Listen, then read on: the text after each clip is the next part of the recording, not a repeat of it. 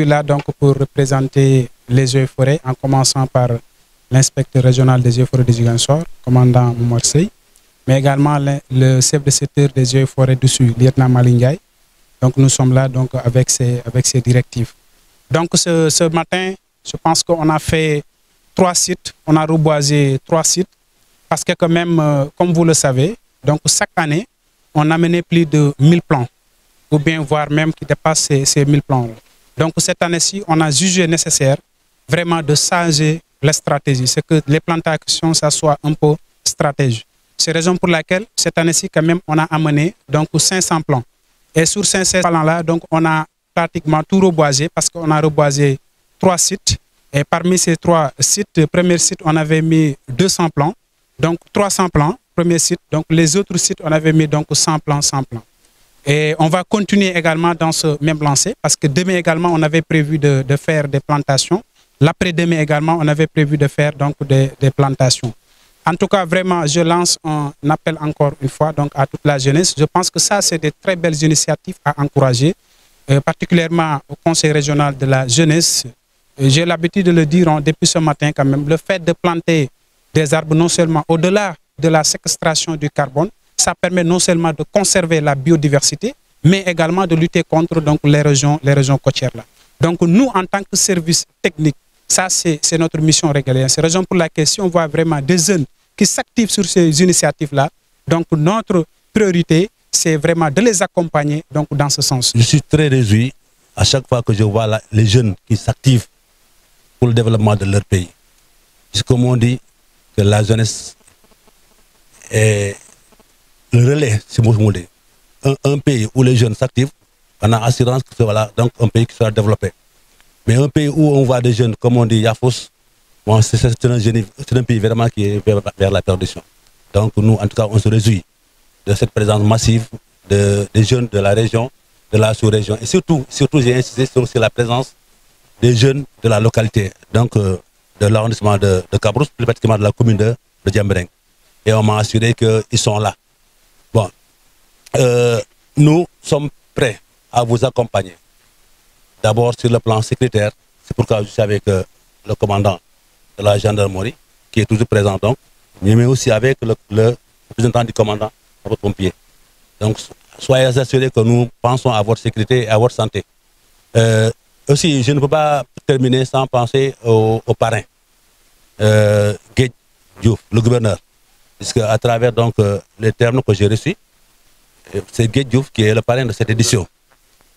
Voilà un élément, quelqu'un en tout cas que je connais bien. Surtout, il s'est activé sur ce site-là, en tout cas, sur la survie de ce camp. Bon, d'abord par les bus qu'il mettait à la disposition donc, des campeurs, les moustiquaires et autres éléments. Donc si la jeunesse vraiment lui donne cette journée-là, c'est juste un signe de reconnaissance. Nous savons que les vagues de l'océan sont d'une telle force que ces arbres-là ne peuvent pas constituer un frein. Donc, mais c'est une manière d'atténuer en attendant d'avoir peut-être des mesures plus fortes pour en tout cas essayer d'endiguer ce phénomène d'avancement de la mer vers les habitations, qui est en train aussi de saliniser les surfaces cultivables. Donc tout cela fait qu'on ne peut pas parler de développement durable si cette salinisation, si cette érosion menace les populations jusque dans leur habitation. De sorte que nous essayons à notre niveau de faire ce que nous pouvons. Nous remercions très sincèrement les jeunes qui prennent chaque année des initiatives, qui viennent ici en masse et qui bénéficient toujours de notre accompagnement comme de l'accompagnement d'autres partenaires, des ONG et des autorités centrales. Nous continuerons à les accompagner et nous continuerons à mener d'autres actions.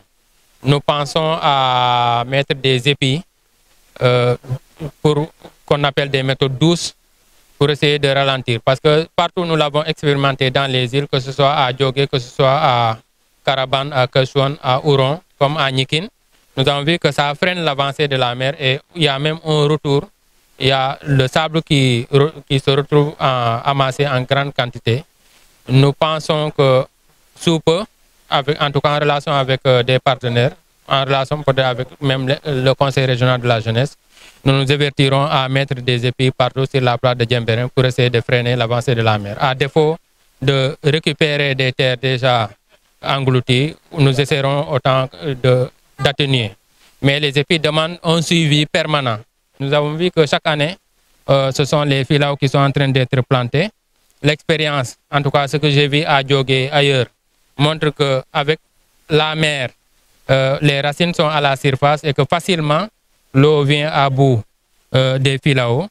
Nous pensons que peut-être dans les éditions à venir, en relation avec les services des eaux et forêts, il faudra changer d'espèce, penser à d'autres espèces comme le niaouli ou d'autres espèces en tout cas qui peuvent avoir des racines profondes et qui vont davantage résister face au phénomène de l'avancée de la mer.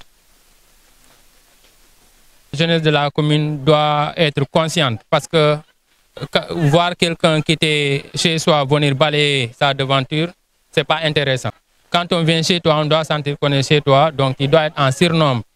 On devait compter 100 jeunes de la commune pour 10 venant d'ailleurs. Mais ici, c'est le contraire qui se produit, mais nous pensons que c'est un tir qui sera rectifié avec des sensibilisations, avec des rencontres avec les différentes jeunesses. Parce que ce que ces jeunes-là, ils ne sont pas davantage conscients, ils sont tous conscients. Peut-être il y a les activités